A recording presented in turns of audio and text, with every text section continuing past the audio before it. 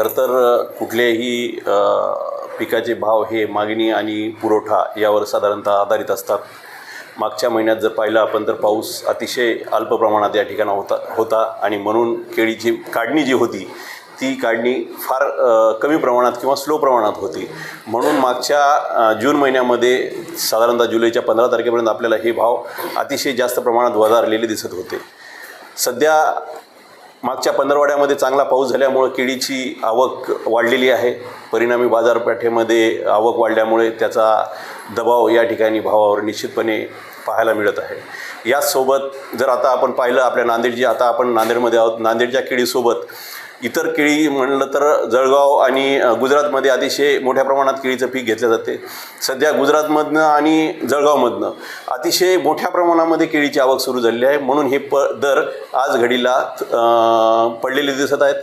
परंतु अपेक्षित असं आहे की येत्या 10 ते 15 दिवसामध्ये गुजरातच्या क्रॉप हे संपुष्टात येईल. तिथलं केळीचं आवक घटेल आणि येणाऱ्या पंधरवड्यामध्ये निश्चितच आपल्याला केळीचे दर हे सुधारलेले दिसतील. खरं तर केळीचे भाव हे 1500 ते 1500च्या पुढे असले तर हे शेतकऱ्यांना चांगलं परवडण्यासारखं पीक आहे. आणि सध्याचा जर विचार केला तर शेतकऱ्यांनी फार काही घाबरून जाण्यासारखं कारण नाही. येणाऱ्या आठवड्यामध्ये निश्चितच दर हे वाढलेले बघायला मिळतील. जर आपण पर्टिक्युलर केळीचा जर विषय घेतला तर नाशवंत पीक आहे केळी आणि कुठल्याही नाशवंत पिकावर आवक